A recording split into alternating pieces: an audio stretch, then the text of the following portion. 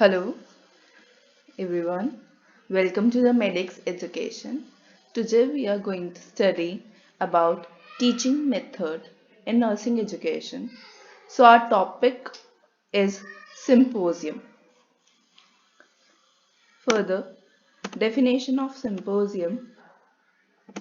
Symposium consists of a set of a program of prepared speeches followed by the audience discussion.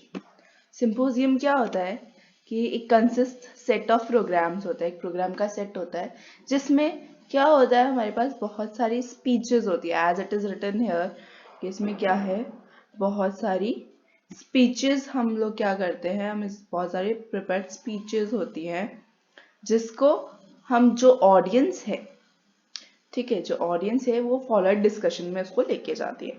ये हमारे पास थी इसकी first definition. Next definition we are having of symposium is कि symposium क्या है। Symposium is a technique, it is written over here, technique है symposium. It's a technique in which two or more person under a direction of a chairman. क्या होगा, कितने person, to, दो या दो से ज्यादा पर्सन एक स्पीच देते हैं। कहाँ देते हैं, प्रेजेंट करते हैं स्पीच एक चेयरमैन के डायरेक्शन में। एक चेयरमैन होगा हमारे पास, उसमें उसके डायरेक्शन के अंदर, यानी वो जो है वो उसको प्रिपेयर करेगा, उसके अंडर होगा या चेयरमैन भी वहां बैठा होगा। तो जितनी भी स्पीचेस है वो गिवन जाएगी। कहाँ, is a survey expect of one question, एक ही कोई क्वेश्चन या एक ही कोई टॉपिक होगा जिसके ऊपर वो क्या होगा, हमारी जो स्पीचेस हैं वो बोली जाएगी। सो होप आपको डेफिनेशन समझ में आई हो। Next is objective. अब हमारे पास सिंपोजियम है तो सिंपोजियम के हमारे पास क्या ऑब्जेक्टिव्स क्या क्या है। तो सिंपोजियम के हमारे पास फर्स्ट ऑब्जेक्टिव है to identify and understand to various aspects of the theme, कि भाई जो भी एक्सपेक्ट्स हैं, जो भी हमारे पास, हमने पहले पढ़ने पढ़ा था कि हमारे पास एक क्वेश्चन है, उसकी क्या आइडेंटिफाई है, हमें क्यों जरूरत है उसको, उस या हम उसे समझ सके उसके टू वेरियस एस्पेक्ट्स, लाइक या तो उसका पॉजिटिव एक्सपेक्ट या फिर उसका नेगेटिव एक्सपेक्ट, या क्या वो शो कर रहा है हमारी स्टडी में या हमारे फर्दर का टॉपिक ऑफ डिस्कशन में। इसलिए टू वेरियस ऑफ एक्सपेक्ट्स जो हमने यहाँ पे है उसको हम पढ़ते हैं, या स्पीच देता है या थीम के अकॉर्डिंग उसके टू वेरियस एक्सपेक्ट्स आते हैं। Next we are having, so next we are having to develop ability to discussion and judgement regarding a problem. हम हमारी एबिलिटी इंक्रीज करते हैं डिसीजन मेकिंग करने की, जज करने की किसी भी एक प्रॉब्लम को। Third, to develop the values and feeling regarding the problem.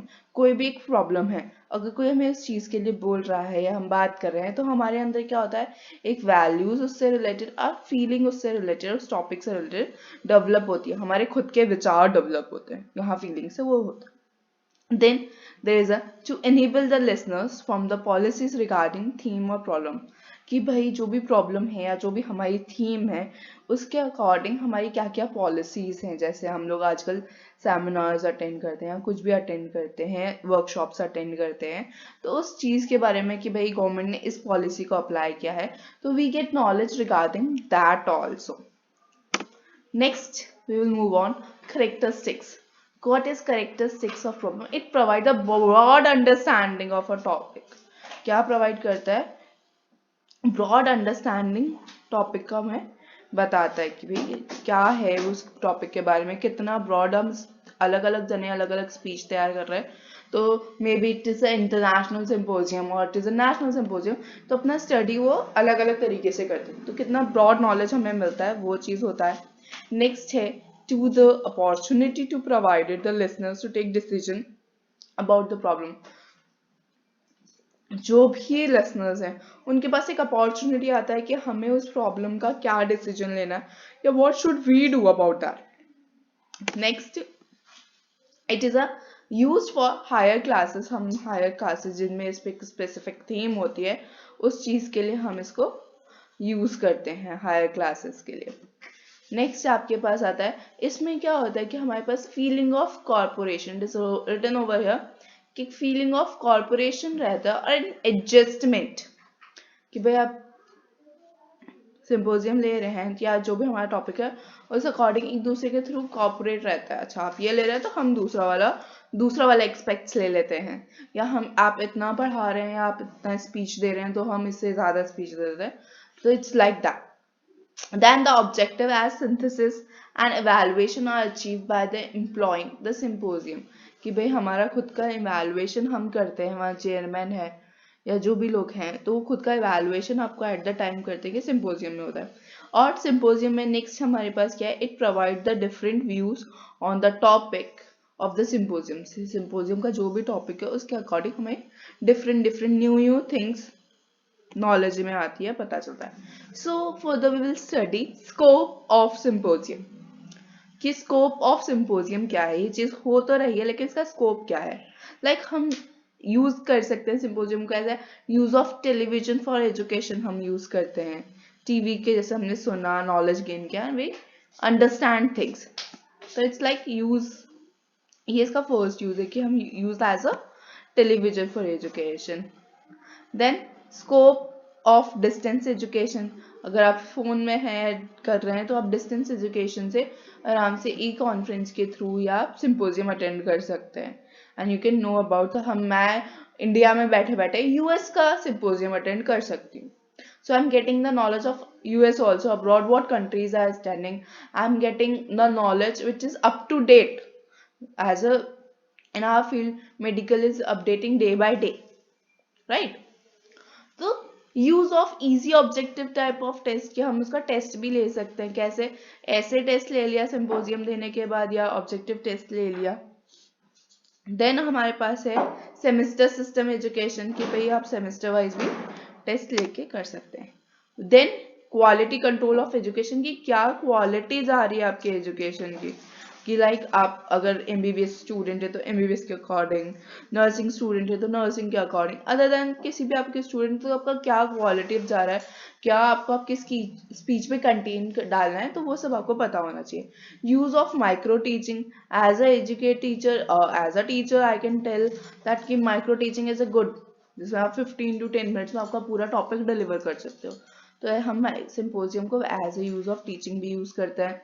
Use of team teaching, कि हम पूरा टीम है एज अ स्कूल, और I can write here in colleges and universities also, यहाँ पे so as a colleges and university also हम as a team work करके हमारा काम कर सकते हैं। एक्शन रिसर्च होता है क्लासरूम के अंदर, कि क्लासरूम के अंदर नई नई एक्टिविटीज होती है तो स्टूडेंट विल लर्न मोर रैप्सली। ये तो हमें पता ही है कि जितना विजुअल एड्स का काम होता है वो वैसे ही अच्छे से अच्छा होता है, तो हम यूज कर सकते हैं। Scope of education technology, education के हम टेक्नोलॉजी को कितना अच्छे से एजुकेशन के अंदर यूज कर सकते हैं। देन कहाँ इसका लिमिटेशन जाता है, कि भाई कहाँ तक हम यूज करते हैं, कि भाई जो हमने शुरू में स्टार्टिंग में बात की थी कि चेयरमैन होता है हमारे पास, चेयरमैन होता है, स्पीकर होता है, ऑडियंस होता है। तो chairman has no control over the speakers. अगर स्पीकर गलत भी बोल रहा है तो चेयरमैन जाके उसको ये नहीं बोलेगा stop you are saying wrong, नहीं। आप चेयरमैन का कोई कंट्रोल नहीं है, बस वो वहां बैठा है कि उसके अंडर ये सब काम हो रहा है, बस।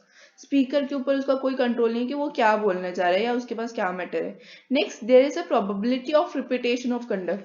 हमने ऐसे बोला था टू डेफिनेशन के अंदर कि to or more than people, तो to or more than people same topic पे बात कर रहे हैं या एक्सपेक्ट्स पे बात कर रहे हैं, तो अलग अलग क्या होता है, रिपीटेशन होने के चांसेस होते हैं।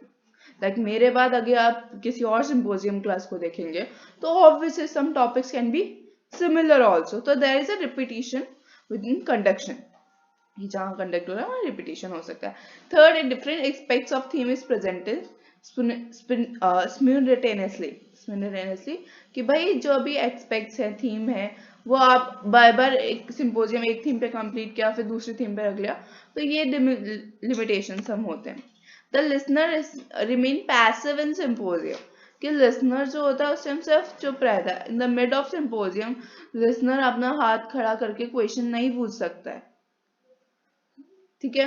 Then discussion and presentation of the theme is not summarised and, जो भी डिस्कस करना है या आपको कुछ समझ में आया नहीं आया वो सब चीज नहीं होती है, और या जो भी उसका समराइज करना होता है कि आज हमने ये पढ़ा, वो समराइजेशन भी नहीं होता है, बस वो अपना काम बोलता है और बात खत्म। Then the technique is employed to achieving the higher objective. ये टेक्निक कब यूज होती है? जो कॉग्निटिव डोमेन है या अफेक्टिव डोमेन है उनको एम्फेसाइज करके हायर एम्प्लॉयज के लिए हम क्या करते हैं, मोस्टली यूज करते हैं हायर एजुकेशन के लिए, ताकि एक ही सिंपोजियम में हमारा पूरे ऑब्जेक्टिव्स जो हैं उस टॉपिक से रिलेटेड वो चेंज हो जाए या कंप्लीट हो जाए। देन एडवांटेजेस हैं हमारे कि भाई large group of classes, suppose I am taking class of 150 students, ठीक है, मैं 150 बच्चों 160 बच्चों की क्लास ले रही हूँ, तो उसके लिए सिंपोजियम अच्छा है कि मैंने बोला, उन्होंने समझा और काम खत्म हो गया। Then the method is frequently used to be presented on topics for discussion at convenience and organisation meeting. ये किस किस के लिए और इजी है? जो भी ऑर्गेनाइजेशन मीटिंग्स होती हैं उन और कन्वेक्शंस होते हैं या कन्वेक्शन डिस्कशंस होते हैं उनके लिए बहुत इजी है, या जो बोर्ड मीटिंग्स होते हैं कि हमने जो भी स्पीकर ने अपना अपना प्रेजेंटेशन दिया और जो भी जिसको डिस्कशन लेना है वो डिस्कशन हो गया, बाद में डिस्कशन बाद में, और जो भी जजमेंट हुआ या जज हुआ या किसी को कोई डिसीजन लेना तो वो ले सकता है। फिर organisation is good because a set of speech prefer beforehand. तो जो भी स्पीच बोलने वाला है यार उसको पता होगा कि कल सिंपोजियम है या कल ये सेमिनार है, मुझे जाके ये स्पीच बोलना है, तो ऑर्गेनाइजेशन गुड होगा, आपको स्पॉन्टेनियसली सोचने की जरूरत नहीं है। फिर और इसमें क्या होता है, अगर पहले पता है टॉपिक तो बहुत अच्छा डीप इनसाइड नॉलेज पता गेन अपन कर सकते हैं through net, through internet, through books, तो अच्छा नॉलेज हमारे पास रिकवर हो जाता है। नेक्स्ट है direct student continuously independent study, कि स्टूडेंट क्या है डायरेक्टली डिपेंडेंट है और स्टूडेंट के आप डायरेक्ट कांटेक्ट में आ रहे हो, तो you can teach what you want to teach according to the level of students also. तो hand itself of teaching of clinical subjects के लिए भी अच्छा है, और you can be use in political meetings, जो हम देखते हैं कि भाई नेताजी आए, उन्होंने भाषण दिया और वो मीटिंग खत्म हो गई, तो that is a perfect example of symposium. फिर इसके डिसएडवांटेजेस क्या हैं कि इसमें इनएडिक्वेट अपॉर्चुनिटी रहती है स्टूडेंट्स को कि पार्टिसिपेट कर सके, क्योंकि स्टूडेंट्स को अगर कोई डाउट है तो वो पार्टिसिपेट नहीं कर पा रहा है, या स्टूडेंट के पास और कोई नॉलेज है तो वो नहीं बोल रहा है, तो इनएडिक्वेट अपॉर्चुनिटी रहती है, तो इससे क्या होता है स्टूडेंट जो है वो पार्टिसिपेट नहीं कर पाता। स्पीचेस का जो लिमिटेशन है वो कितना रहता है 15 to 20 मिनट्स। अब वो जरूरी है कि वो टॉपिक क्या पता उससे बड़ा हो तो कंप्लीट नहीं हो पाता।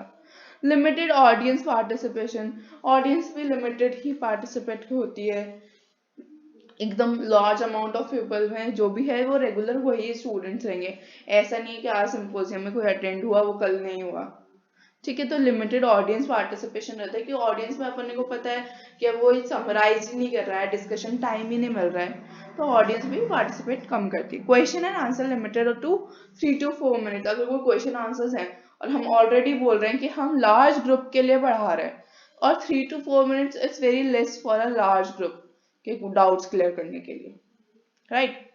फिर possibility of overlapping the subject, कि भाई जो सब्जेक्ट्स है वो एक दूसरे को क्या कर लेते हैं, कवर अप कर लेते हैं, टॉपिक्स कवर अप कर लेते हैं, तो चीजें मगडप हो जाती हैं। So thank you for listening the symposium. If you have, I should think that you have cleared your all doubts regarding symposium. Please like, share and subscribe Medix Education. Thank you.